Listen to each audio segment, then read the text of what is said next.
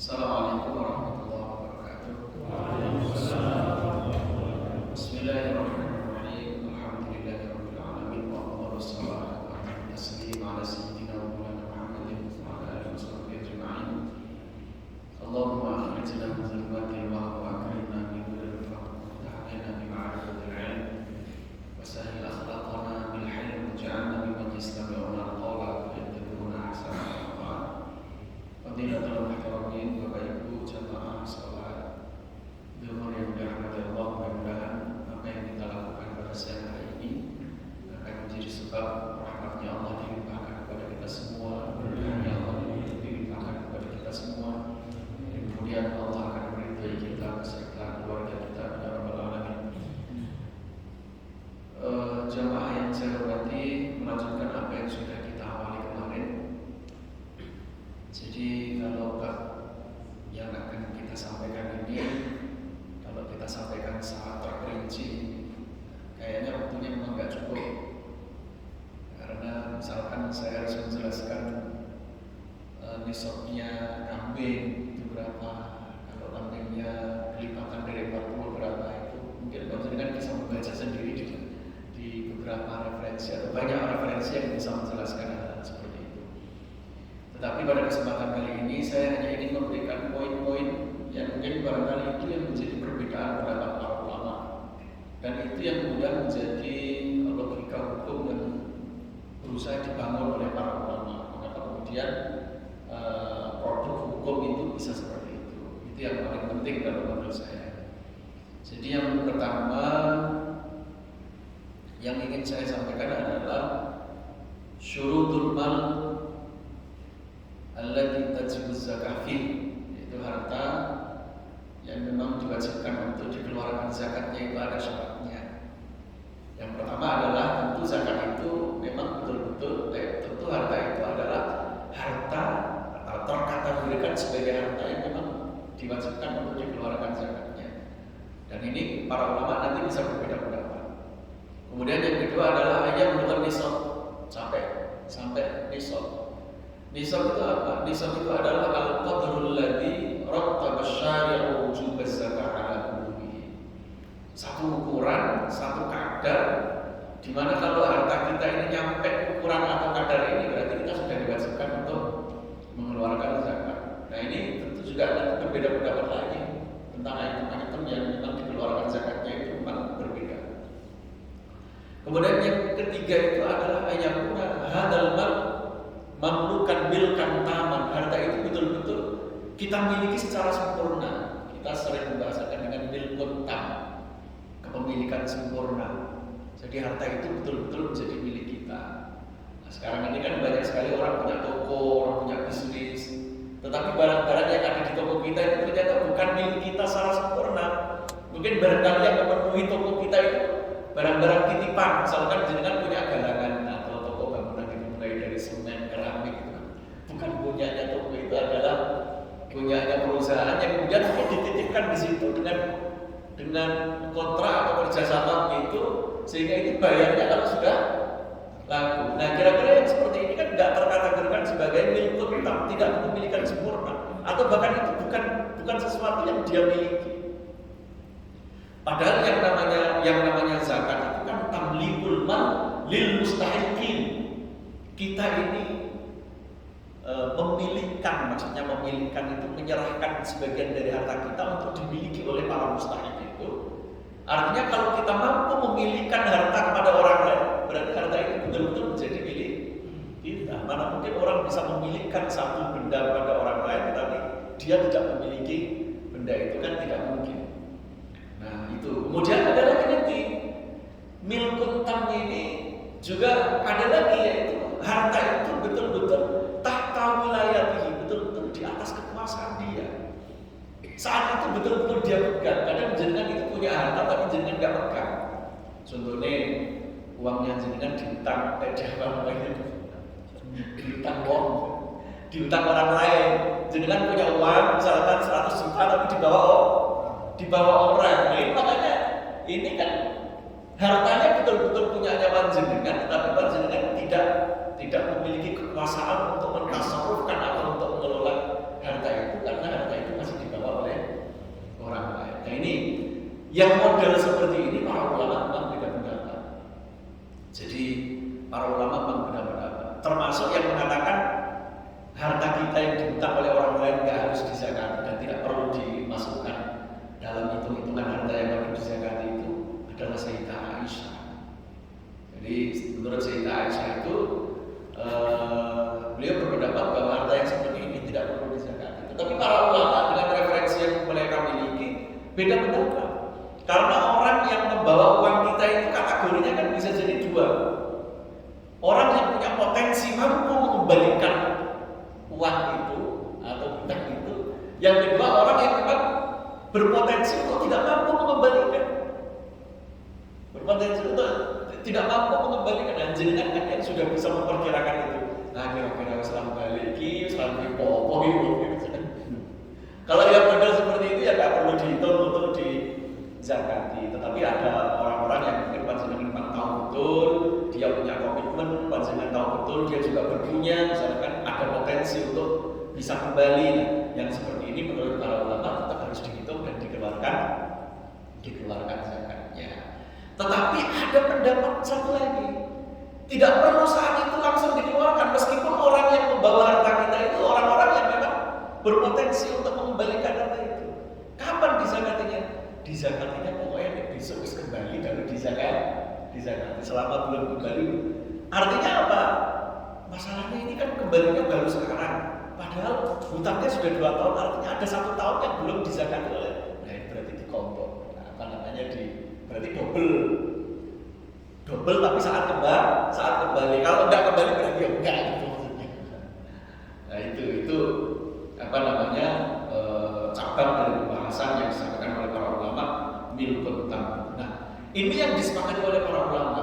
Ada lagi satu hal yang ulama beda pendapat dan itu dimasukkan dalam syarat harta yang memang wajib kriteria harta yang memang wajib dizakati. Apa itu? Yaitu ada sifat nama, ada unsur produktivitas. Artinya harta itu dizakati karena dia memiliki sifat produktif. Dan semua harta yang kita kenal yang makfur itu semuanya produktif. Mungkin penjenengan berpikir dulu kan adzhab wal fiddah atau emas dan perak itu kan uang koin emas dan perak itu jenengan mungkin berdoa uang kan nggak berkembang, uang kan nggak produktif, artinya nama itu berkembang. Padahal kalau uang zaman dulu itu kan dinar dan dirham itu kan orang sekarang menyebutnya full body money ya.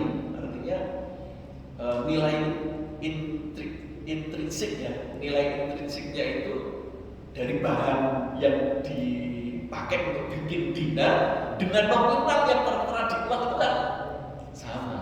Nah makanya gitu. Nah memang itu tetap berpotensi berkembang. Jadi para ulama itu mengatakan uang dinar dan dirham itu tetap sesuatu yang berkembang, kecuali kalau memang itu emasnya berbentuk perhiasan yang disimpan dan tidak dipakai. Kalau dipakai maka itu tidak berkembang, tapi setelah disimpan maka berpotensi berkembang.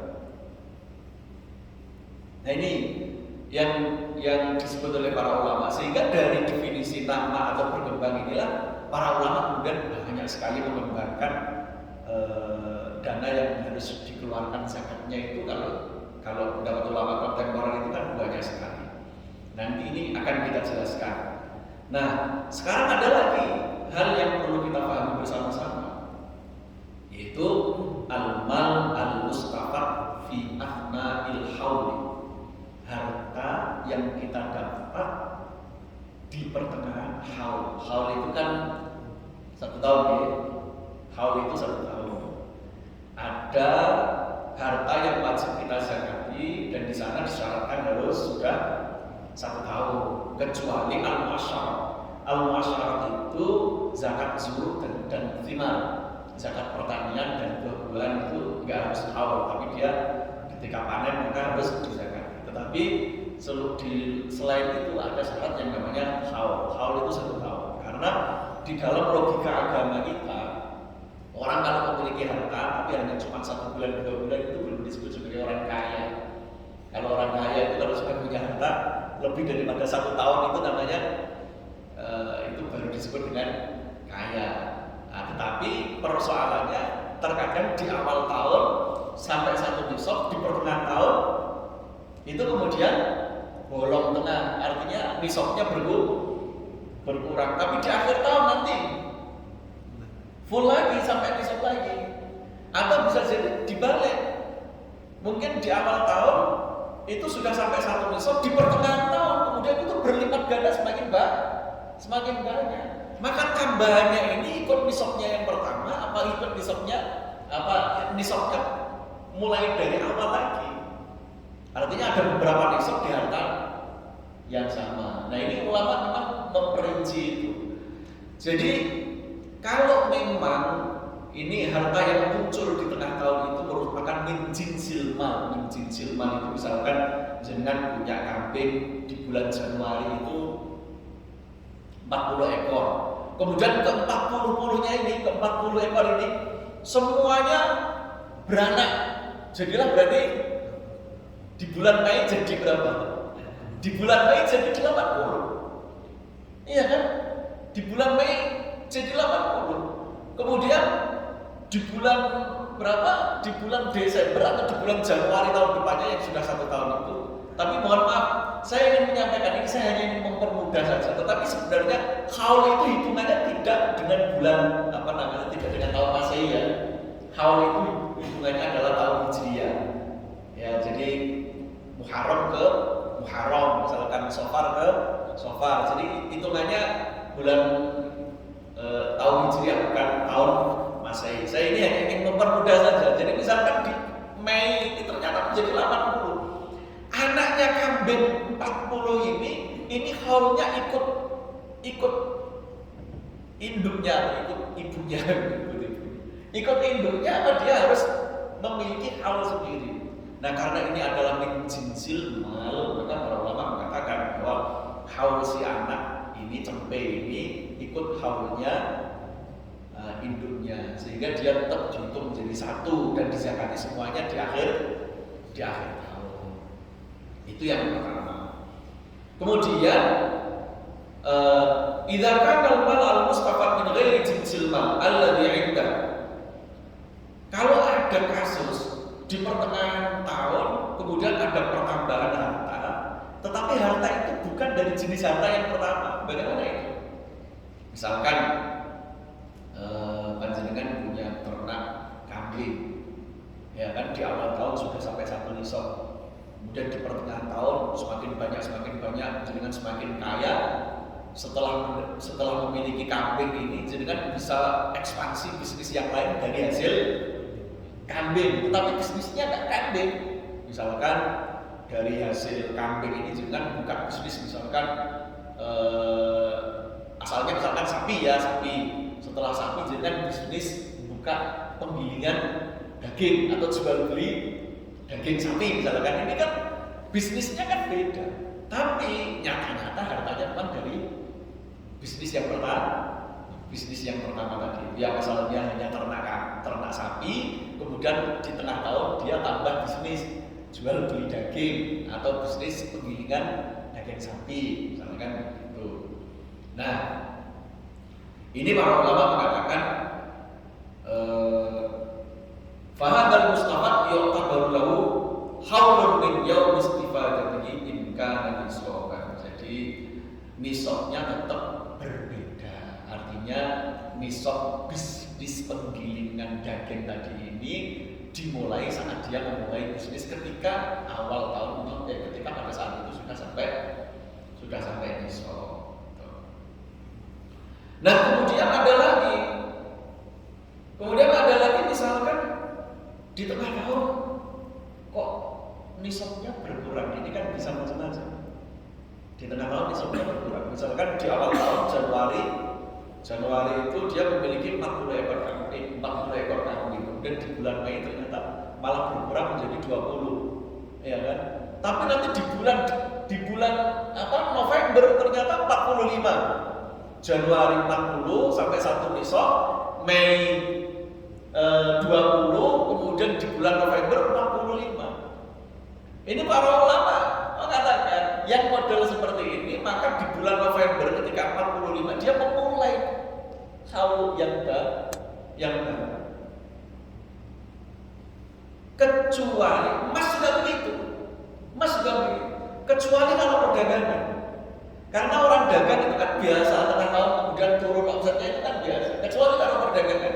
Kalau perdagangan atau perniagaan itu yang menjadi patokan itu asal awal tahun dia sudah sampai 1 nisab, kemudian di tengah mungkin ada penurunan omset, di akhir tahun ternyata sampai 1 nisab lagi, maka tetap harus dizakati dan haulnya ikut haul yang pertama itu tadi. Jadi nggak tengah tahun kemudian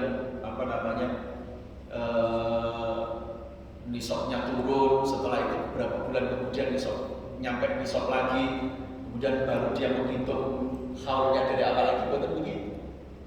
Kecuali kalau memang setelah 1 tahun nggak sampai satu nisab. Inilah yang kemudian siapapun dia berpotensi untuk bisa mensiasati zakat. Iya kan? Maka kembali pada mentalnya masing-masing. Orang punya berapapun kambing, ketika sudah waktunya zakat, misalkan tinggal 1 bulan, kambingnya dijual semua, tinggal 30 misalkan kan bisa. Sehingga dia tidak wajib untuk zakat, misalkan begitu. Memang dia sengaja menghindari zakat. Bisnis pun juga begitu, perniagaan atau usaha pun juga begitu, zakat eceran juga begitu. Karena kita misalkan bisa memasukkan biaya-biaya rumah tangga kita ke dalam biaya operasional bisnis kita. Misalkan belikan sepeda motor untuk anaknya, tetapi itu dicatat sebagai pengeluaran bisnisnya, sehingga itu menjadi pengurang. Karena menjadi pengurang, bisa jadi omsetnya nggak sampai, yang diputar itu nggak sampai 1 nisab, dan itu yang menyebabkan dia merasa tidak berkewajiban zakat. Nah, orang-orang yang seperti ini bisa menghindari zakat, tetapi persoalannya dia merasa sudah bisa menghindari untuk tidak berkontribusi dengan keliru. Kalau dia merasa misalkan tidak berkewajiban zakat, memangnya selesai di situ kan enggak. Kita masih punya tanggung jawab sedekah atau infak sunnah. Nah, ini yang menjadi persoalan. Jadi kembali kepada mentalnya masing-masing sebenarnya. Nah, sekarang kita menginjak ke pembahasan al-asnaf allati tajibu fiha zakat. Harta-harta yang memang wajib untuk dizakat. Jadi ulama itu memang beda pendapat. Ada ulama yang mengatakan harta yang wajib dizakat itu bersifat tauqifi. Tauqifi itu yang makthur, yang ada hadisnya, yang ada dalilnya, berarti itu wajib dizakati. Yang di luar itu berarti nggak wajib dizakati. Sementara yang makthur yang kita kenal itu kan sangat terbatas. Misalkan ternak itu misalkan kambing, sapi, unta kan itu ya. Misalkan suruh kita namanya gandum, kalau kita padi. Misalkan emas, perak, makbin, berikas, tambang, temuan kan itu yang makthur yang ada di dalam hadis. Ini kalau kelompok ulama yang mengatakan bahwa persoalan zakat atau harta yang wajib dizakati itu bersifat tauqifi, artinya nggak bisa keluar dan melebar dari sesuatu yang makthur yang disabdakan Nabi, ini berarti mereka menolak. Di luar itu dikeluarkan zakatnya, mereka menolak. Tetapi ada ulama yang mengatakan persoalan ini sebenarnya persoalan yang bersifat ijtihadi. Karena bersifat ijtihadi, maka bisa dikembangkan. Artinya ketika Nabi mengatakan bahwa yang wajib dizakati ternak itu ini, itu sebenarnya tidak dalam konteks, ini menurut ulama satunya ya, itu tidak dalam konteks membatasi bahwa hanya itu dan di luar itu tidak boleh, tidak. Jangan kan pasti sering membaca hadis bahwa Nabi itu setiap kali ditanya amal apa yang terbaik, itu jawabannya kan beda-beda. Kadang Nabi menjawab amal yang terbaik itu adalah berbakti pada orang tua. Apakah amal yang terbaik hanya berbakti pada orang tua? Kan enggak kan? Di saat yang lain ketika ditanya Nabi ternyata jawabannya bukan itu. Nah, sehingga para ulama mengatakan dalam konteks persoalan harta yang wajib dizakati ini bersifat ijtihadi. Karena kebetulan yang menjadi simbol kekayaan itu dulu yaitu emas. Kemudian kalau ternak berarti ya sapi, unta, kambing, itu yang menjadi simbol kekayaan. Sama dengan orang tua kita dulu menyebutnya rojoko ya kan. Rojo koyo karena memang sapi itu menjadi simbol kekayaan. Orang tua kita menyebutnya rojo koyo, kaya raja. Maksudnya seperti raja. Sampai hari ini juga di beberapa daerah masih seperti itu. Jangan lihat di Madura itu sapi karapan itu rumahnya lebih bagus rumah kita bahkan bisa jadi lebih bagus rumahnya sapi di Madura yang sapi karapan itu. Maka disebutnya rojo koyo, seperti raja. Nah konteks sekarang ini yang menjadi simbol kekayaan kan bisa jadi berubah. Simbol kekayaan bisa jadi Rubicon, misalkan begitu. Simbol kekayaan misalkan simbol kekayaan kan bukan sapi. Simbol kekayaan bisa jadi Harley, misalkan kan begitu, atau apalagi Lamborghini itu simbol kekayaan. Kalau sekarang itu yang menjadi simbol kekayaan zaman sekarang kan itu. Nah makanya memang para ulama yang mengatakan bahwa harta yang wajib dikeluarkan zakatnya itu bersifat istihad, itu logikanya ke sana. Jadi mereka mengatakan ada ulama yang muasir itu yang memang memperluas dana yang wajib dizakati itu yashmalu kulla malin namin, semua harta yang memang punya karakter produktif dan tumbuh itu semuanya wajib dizakati. Ini tentu kalau referensi atau dalil yang digunakan oleh para ulama juga ada banyak sekali. Misalkan al-istidlal bi umumati nususil kitab was sunnah. Mereka menggunakan dalil yaitu keumuman nas-nas yang ada di dalam Al-Quran maupun di dalam sunnah. Misalkan seperti ayat yang berbunyi ya ayyuhalladzina amanu anfiqu min thayyibati ma kasabtum wa mimma akhrajna lakum minal ardh. Anfiqu ini kan fi'il amr, kata kerja perintah. Dan perintahnya ini bersifat umum. Maka para ulama mengatakan al-ibrah bi umumil lafzi la bi khususis sabab. Yang menjadi pertimbangan hukum itu adalah keumuman perintah. Ketika diperintahkan dengan redaksi yang umum begini, berarti apapun sumber kekayaan itu, apapun pekerjaan itu yang ketika halal, apapun yang dia tanam di bumi ini dan dikeluarkan oleh bumi ini, maka itu wajib dizakati. Makanya kalau sekarang mungkin orang bertani itu ya yang bikin kaya itu bukan tani padi, tapi tani kelapa sawit, kopi. Itu kan pertanian sekarang kan itu. Kalau di sekitar kita yang kita lihat orang-orang yang nanam padi, maka hari ini malah mereka kesulitan, dan sampai hari ini mereka terkategorikan sebagai orang-orang yang miskin. Ini dari keumuman lafaz yang ada di dalam Al-Quran maupun ada di dalam Sunnah. Nah kemudian kita bicara tentang al-asnaf al-muttafaq ala wujubi zakatiha.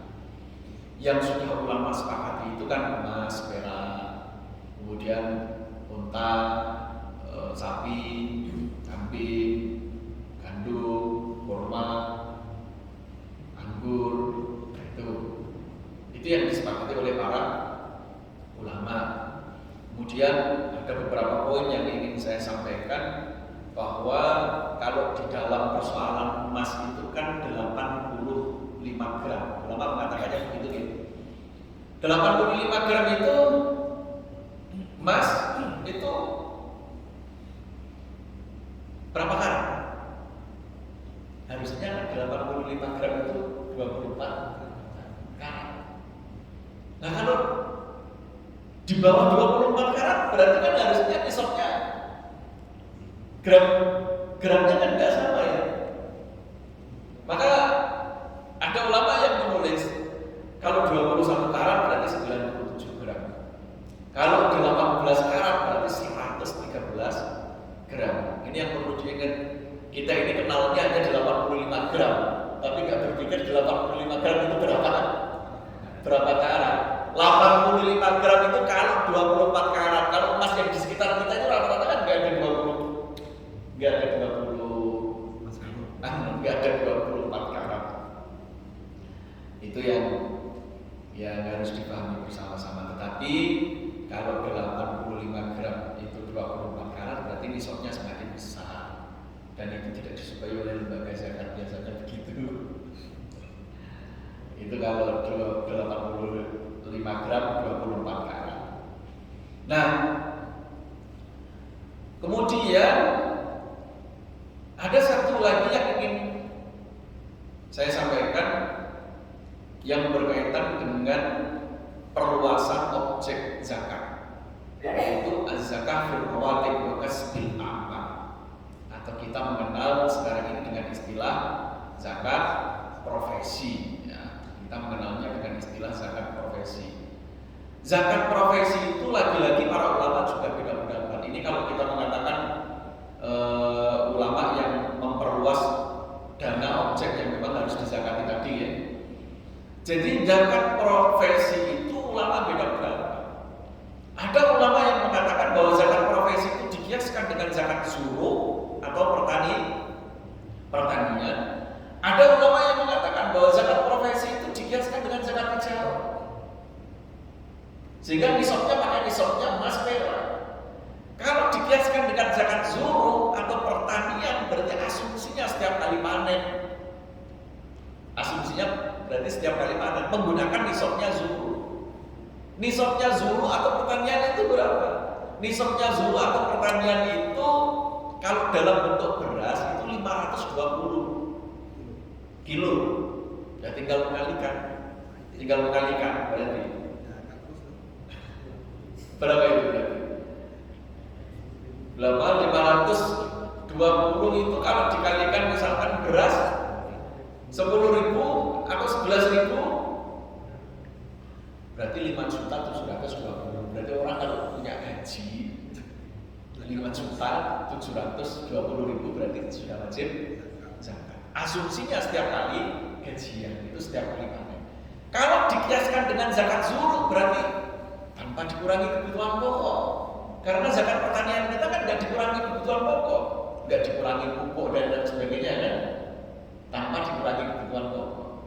Tetapi kalau dikiaskan dengan zakat tijarah atau perdagangan berarti asumsinya adalah gaji satu tahun. Karena kalau tijarah itu kan harus setahun, dan itu harus dikurangi kebutuhan pokok. Itu kalau kita kiaskan dengan zakat tijarah. Jadi dikiaskan dengan zakat tijarah itu berarti asumsi akumulasi zakat selama 12 bulan. Kemudian dikurangi kebutuhan pokok. Lah kebutuhan pokok ini maksudnya apa? Kebutuhan pokok itu kan hajat hidup, yang prinsip yang dibutuhkan oleh kita. Primer. Nah, bukan yang bersifat hajiat atau tahsiniat sekunder bukan, tetapi hajat hidup yang memang menjadi primer. Itu yang bisa menjadi pengurang. Nanti kalau setelah akhir tahun ternyata dihitung masih ada. Ini kan masih hitung-hitungan asumsi. Kalau ternyata setelah dikurangi kebutuhan pokok ternyata masih ada sisa dan sampai satu nisab 85 gram emas itu berarti wajib zakat. Nah ini yang menjadi persoalan. Karena masing-masing dari kita itu kebutuhannya bisa jadi berbeda. Tapi kalau kita merujuk kepada bahasa fikih, kebutuhan primer itu adalah kebutuhan yang saat kita tidak penuhi kita mati, itu namanya kebutuhan primer. Apa yang tidak kita penuhi terus kita mati? Ya makan, rumah, pendidikan. Itulah makan, rumah, pendidikan anak-anak kita itu kebutuhan primer. Nah kembali ke kita sebenarnya, apakah kita mengikuti pendapat ulama yang dikiaskan dengan zuruh tanpa dikurangi kebutuhan pokok, ataukah kita mengikuti pendapat ulama dikiaskan dengan zakat tijarah sebagai asumsi gaji selama 12 bulan dan dikurangi kebutuhan pokok?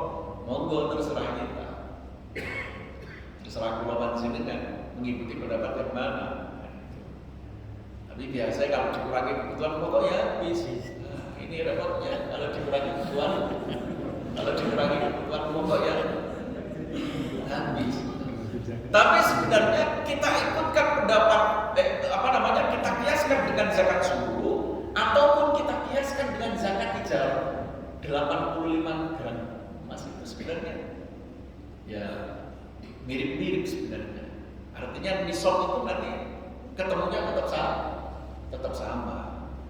Misalkan emasnya 800, misalkan emasnya 700 ya, emasnya 700.000. 700.000 itu kalau dikalikan 85 jatuhnya 59 juta. Itu kalau dibagi 12 ketemunya 5 juta per bulan. Sama kan berarti? Dikiaskan dengan perdagangan, dengan dikiaskan dengan zuruk sama, yaitu rata-rata gaji 5 juta. Hanya panjenengan pengen ikut yang dikurangi kebutuhan pokok apa tanpa dikurangi kebutuhan pokok. Gitu. Itu kembali ke masing-masing. Maka saya selalu menyampaikan kisahnya yang pernah disampaikan oleh Imam Syafi'i itu ketika ada kawan beliau yang memiliki kambing itu hanya 7 ekor. Beliau ditanya oleh kawan beliau yang memiliki kambing hanya 7 ekor. Pak Yai, ini kambing saya 7 ekor ini wajib dizakati apa tidak? Kata Imam Syafi'i, ya kamu mau ikut pendapat siapa? Kalau menurut saya 7 ekor tetap wajib dizakati. Zakat kalau dalam bahasa fikih bisa jadi zakat yang wajib, bisa jadi zakat yang sedekah sunnah itu wajib disedekahi. Loh maksudnya gimana Pak Yai? Bukannya di dalam hadis itu kambing itu yang wajib zakat itu 40 ekor baru wajib 1. Kata Imam Syafi'i, kalau memang tujuannya untuk membersihkan, maka harta itu sedikit atau banyak sama-sama harus dibersihkan. Saya selalu mencontohkan dalam saya misalkan seorang guru ya, dosen, 1 SKS itu 50 menit, kalau 2 SKS kan 100 menit. 100 menit itu ngulang 100 menit ngomong ya. 2 SKS 100 menit. Biasanya enggak sampai 100 menit terus kemudian diberikan tugas yang biasa. Artinya saat kita seorang guru misalkan seperti saya ini yang harusnya ngajar 1 jam misalkan, kadang ngajar telat 30 menit atau kadang kita ini ngajar ini karena kita punya kesibukan harus datang ke resepsi keluarga misalkan, akhirnya berkurang. Nah itu kan berarti kan sesuatu yang membuat tapi gajinya utuh. Nah ini kan yang membuat ada subhannya kan begitu. Artinya nggak perlu menunggu banyak sekecil apapun. Artinya harta itu kecil ataupun besar, sedikit ataupun banyak, sebenarnya sama-sama berpotensi untuk mengandung subhan dan sama-sama harus dibersihkan. Artinya nggak harus menunggu banyak. Nah maka yang ingin saya sampaikan sebenarnya apa? Yang ingin saya sampaikan itu tidak perlu kita ini terlalu daging-daging menghitung aku wajib zakat apa enggak ya? Enggak perlu begitu kalau menurut saya ini. Nanti kalau jenengan itu orientasinya ke sana, jenengan terus ikut pendapat ulama yang harus dikurangi kebutuhan pokok. Wah, kayak aku apa wajib lagi. Akhirnya begitu. Makanya orientasinya jangan ke sana. Jangan terlalu daging-daging urusan fikihnya begitu. Yang penting kita ini yang dinilai pangeran, yang dinilai Gusti Allah itu kan komitmen kita bahwa kita ini punya komitmen untuk taat kepada Allah Subhanahu wa taala, bukan besar kecilnya. Kita ini belajar zakat bukan dalam rangka kira-kira zakat piro, bukan begitu. Setelah jenengan tahu zakatnya berapa, maksudnya di pas itu kan enggak. Ya pasti ada perubahan karena orang itu kalau hanya berorientasi zakat dia pasti terkategorikan orang polit pasti. Kalau hanya berorientasi zakat, ya kan? Karena di luar itu kan ada sedekah atau infak sunnah. Orang itu kalau berorientasi zakat itu ya pasti polit itu. Ya, saya ingin menyampaikan lagi bahwa ini yang ada satu hal yang menjadi apa ya pembeda antara zakat dengan pajak. Karena kalau zakat itu hartanya pasti tumbuh. Maksudnya tumbuh itu harta yang wajib dizakati itu harta yang memang produktif. Kalau pajak logikanya kan enggak.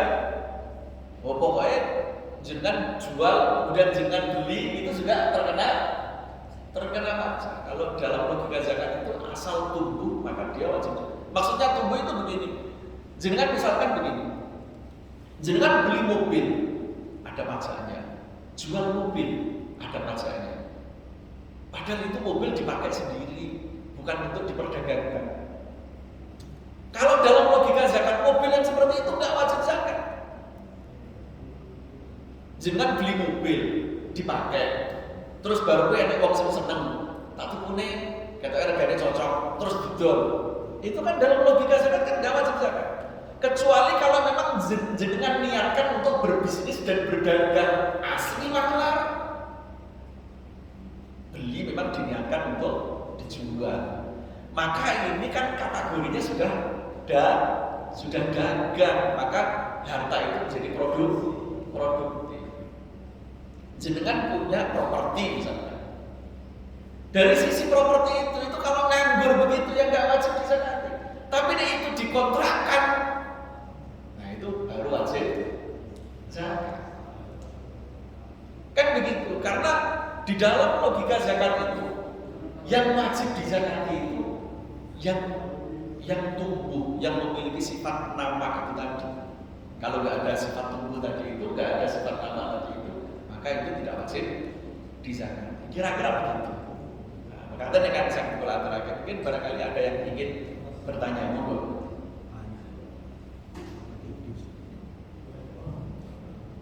Assalamualaikum warahmatullahi wabarakatuh. Ya Pak Ustaz, ada satu pertanyaan tentang masalah kita mengasumsikan zakat kita itu mengikuti zuruf atau tijarah yang tadi. Kalau kita asumsikan secara praktis mungkin kalau kita asumsikan ikut yang zuruf, dengan setiap gajian kita mengeluarkan. Jadi untuk prosentasenya kalau zuruf kan untuk yang 5%. 5% atau 10%. Untuk yang tadinya itu airnya dari hujan atau dari hujan. Kalau kita ikut yang tadi yang bicara, berarti kan cuma 2,5%. Cuma keluarnya di akhir tahun. Nah, kalau misalkan orang itu ambil yang per bulan dia keluar, berarti yang analoginya dia ikut yang suruh. Kadang cuma dia itu harus 5% atau 2,5%. Assalamualaikum warahmatullahi wabarakatuh. Nah ini penting ini kelewatan tadi kayak saya sampaikan betul sekali. Kalau dikiaskan dengan zakat tijarah kan jelas, memang zakatnya 2,5% kan, ikut nisabnya juga ikut emas 85%. Tetapi kalau dikiaskan dengan zuruf, ini para ulama juga nggak ada yang mengatakan zakat profesi itu kemudian ketika dikiaskan dengan pertanian zakatnya 5% atau 10% itu nggak ada ya, begitu. Zakatnya tetap yang dikeluarkan itu 2,5% zakat profesi. Inilah makanya para ulama mengatakan bahwa kias atau ijtihad dalam persoalan zakat profesi ini belum matang sebenarnya. Karena apa? Karena ya nggak bisa dikatakan sebagai kias yang sesuai dengan kriteria kias yang ada di dalam usul fikih. Kalau saya mengatakan kiasnya ini kias gado-gado ini, masa nisabnya pakai suruh, tetapi bayarnya pakai emas 2,5%. Jadi memang ada problem, selalu ada masalah, dan itulah yang kemudian menjadi celah di mana banyak sekali orang yang tidak mau zakat profesi, kan gitu. Ketika dikiaskan dengan zuru itu masih ada persoalan. Nah, ketika dikiaskan dengan zakat tijarah pun itu juga ada problem di sebagian kasus. Karena apa? Karena lembaga zakat itu pengennya rutin tiap bulan. Kan lembaga zakat itu.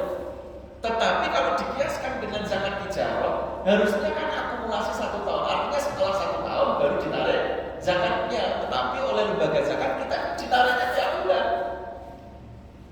Nah, problemnya di situ. Berarti kan ada bulan-bulan yang kita belum terima gaji, tapi kita sudah keluarkan zakatnya. Maka itu namanya takjil. Ya tetap ada pendapat ulama yang memperbolehkan, tapi selalu ada problem akademik istilahnya. Selalu ada problem akademik di sana. Problem akademiknya apa? Problem akademiknya itu ketika kita menggunakan sebelum waktu jatuh tempo, ternyata mustahil yang kita kasih itu di akhir tahun dia menjadi orang kaya dan berubah menjadi tidak mustahil. Persoalannya kan di situ. Dan zakat yang sudah kadang kita keluarkan kemarin gimana itu? Ternyata orang yang menerima manfaat dari zakat kita, ternyata di akhir tahun itu dia menjadi kaya dan tidak menjadi mustahil lagi. Maka para ulama memperinci, kalau ternyata mustahil itu berubah menjadi kaya dan kayanya karena zakat kita, maksudnya dia kaya karena dari uang kita udah diputar, maka zakat kita sudah dianggap gugur. Tapi persoalannya kalau dia tiba-tiba kaya tapi bukan dari harta zakat itu, tapi dari undian atau apa gitu.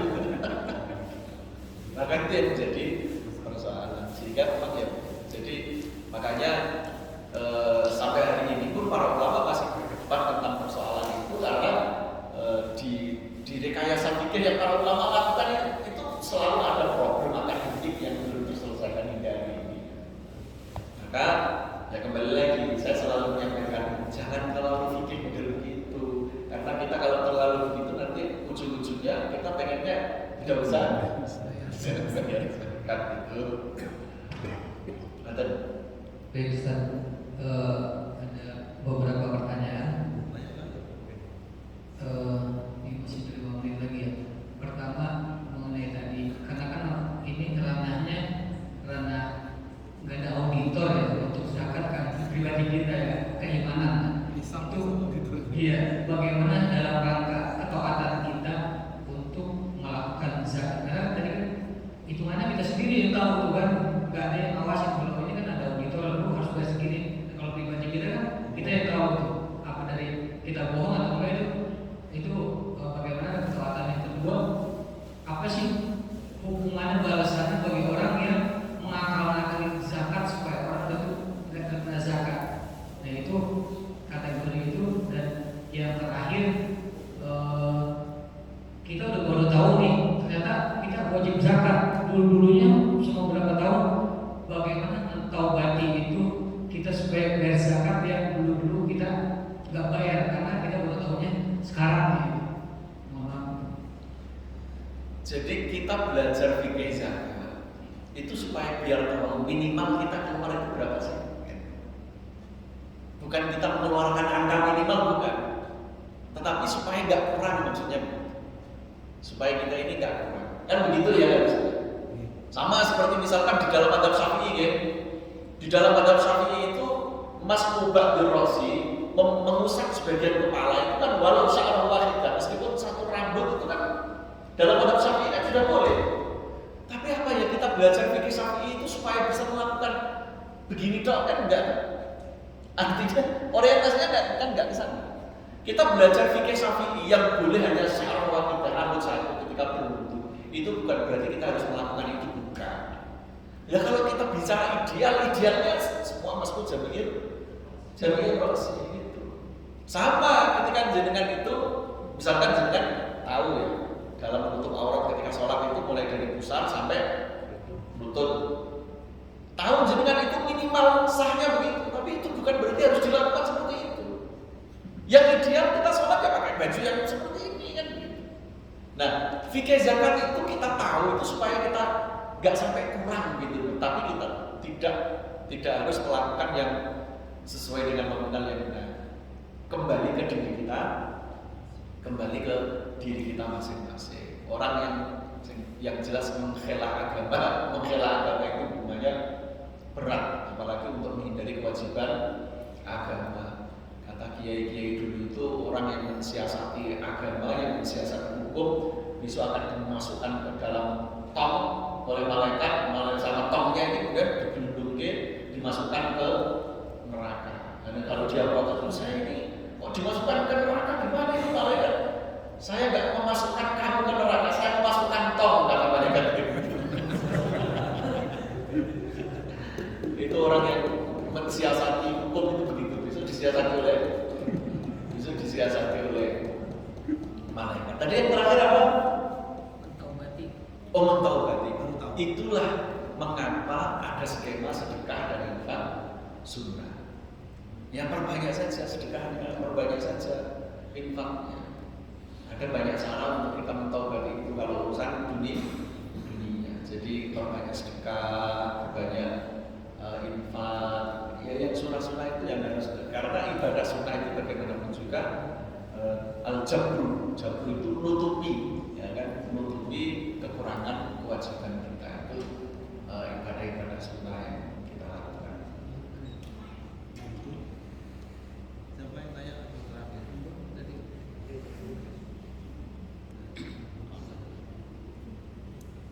Monggo ada satu lagi Pak dari ibu-ibu. Ini ada pertanyaan di sini. Ustadz, ada titipan pertanyaan, bolehkah zakat profesi diberikan kepada orang tua sebagai tambahan nafkah bulanan agar jumlahnya lebih pantas? Terima kasih. Nah itu tadi, itu seperti yang kemarin itu ya. Jadi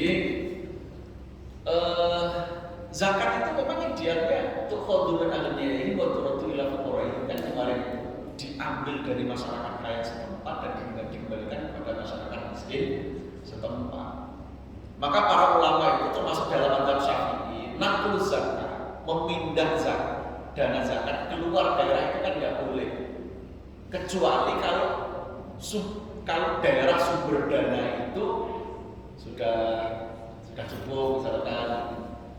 Maka saya ini sering ditanya, Ustaz, kalau misalkan saya ingin membantu gempa bumi yang ada di mana itu misalkan, boleh nggak? Ya boleh, tapi jangan di atas namakan zakat, atas namakan infak atau sedekah sunnah. Kalau atas nama zakat harus di lingkungannya masing-masing. Karena untuk khudunun agniyain wa turatu ila fuqarain, diambil dari masyarakat kaya setempat, ini pakem dari Nabi kan begitu. Kemudian dikembalikan kepada masyarakat miskin di situ yang menjadi sumber dana. Ini yang menjadi salah paham banyak orang-orang di sekitar kita kan begitu. Suka nyumbang yang jauh-jauh tapi yang dekat malah kelenderan atau kelupaan. Karena di dalam bahasa Al-Quran itu kan lan tanalul birra hatta tunfiqu mimma tuhibbun. Belakangnya kan pasti ada dzawil qurba kan, terdekat kan. Wa atal mala ala hubbi, belakangnya pasti ada dzawil qurba. Maka di dalam konsep zakat itu al-aqrab fal-aqrab, yang terdekat dulu yang harus diperhatikan. Tetapi yang terdekat itu bukan keluarga yang wajib kita nafkahi. Keluarga yang wajib kita nafkahi itu orang tua, istri, dan anak. Itu memang tidak bisa menerima zakat. Yang bisa menerima di luar itu ponakan, saudara, itu bisa. Tapi kalau orang-orang yang memang sudah menjadi kewajiban kita, termasuk orang tua kita, termasuk anak kita, istri kita, itu orang-orang yang memang nafkahnya menjadi kewajiban kita. Terus untuk pertanyaan tadi, ya idealnya jangan di atas namakan zakat kalau begitu.